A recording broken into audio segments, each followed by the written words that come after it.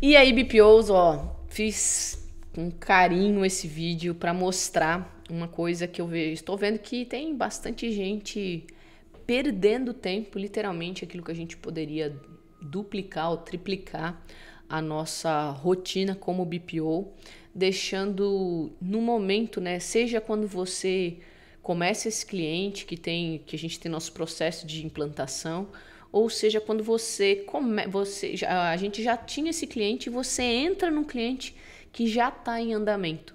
Então é muito importante você reviver, né? Rever algumas atividades que foram feitas durante o processo da implantação, principalmente quando você começa um cliente que estava, né? Ele estava em andamento. Agora, quando esse cliente começa mesmo, quando esse cliente começa com você, é muito importante dar atenção para, claro, todas as tarefas da implantação. Então, a gente sabe aqui reunião de onboard, você vai participar dessa reunião de onboard. Depois, os acessos dos clientes na plataforma, eu quero só revisar a importância de testar, de buscar esses acessos às plataformas, seja banco, seja Hotmart, Pagar.me, o que o cliente usar. Então você tem que ter muita certeza, né, o que o cliente usa e os acessos. E como é que a gente vincula esses acessos?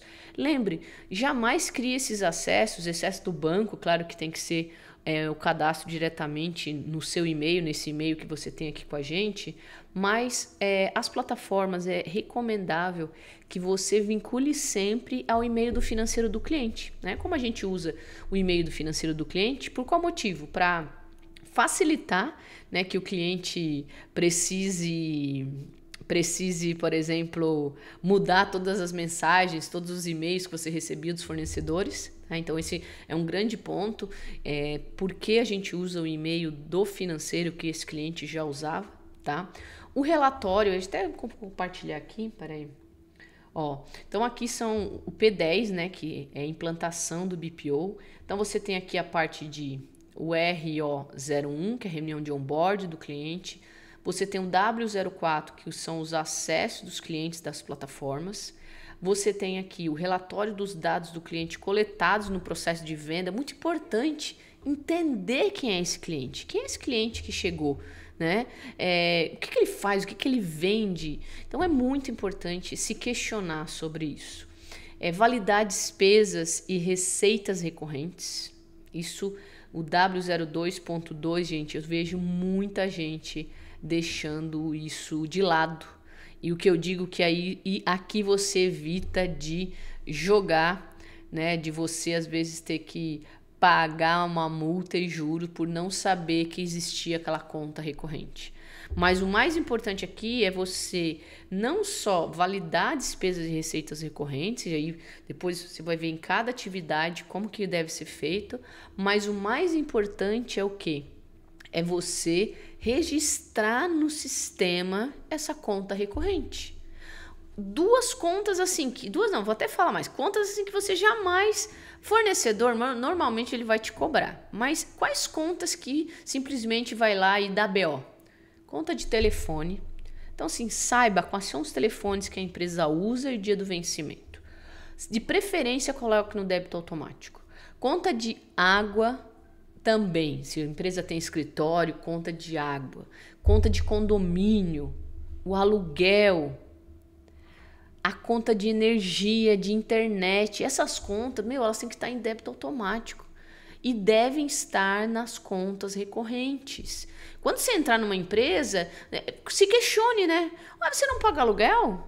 Você não tem conta de água? Você não tem conta de luz? Você não tem conta de condomínio? É isso, quando eu entendo o cliente, eu começo a fazer as perguntas certas também, tá certo? Então é muito importante. E aí eu tenho a conta recorrente com a outra, imposto, gente. A empresa é do Simples Nacional. Se a empresa é do Simples Nacional, você tem que saber que você no dia 20, faça chuva, faça sol, você tem um imposto para pagar. A empresa é do lucro presumido. Você tem no dia 25, no dia 31 e no dia 10. Coloque isso na conta recorrente. E não fique naquela, que a contabilidade não mandou, não deve ter imposto. Não, pergunte para a contabilidade. Eu tenho aqui uma previsão aqui de pagamento dia 25 do imposto e cadê a guia?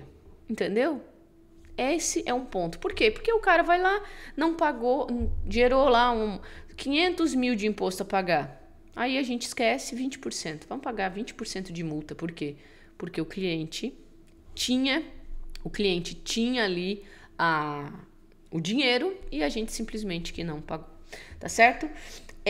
Ficha de auditoria, onboard novo cliente do BPO, que é o D001 e o E003. Aqui, gente, essa ficha de auditoria é para validar se todos os documentos estão na pasta.